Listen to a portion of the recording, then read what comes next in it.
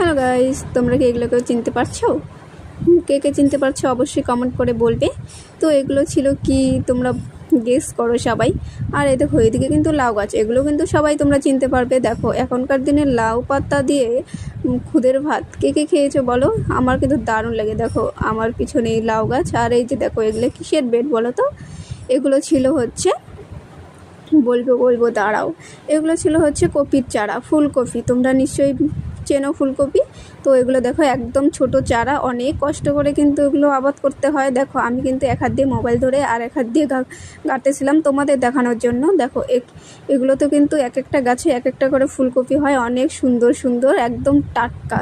তোমরা কারা কারা টাটকা সবজি খেতে চাও তারা তারা আমাদের বাড়িতে চলে এসো। দেখো এখানে কিন্তু আমরা একদম কপির চারা লাগাচ্ছি। তো এখন আসলে কিন্তু হবে না, 2 মাস পরে আসতে লাগবে, 2 মাস না 1.5 মাস।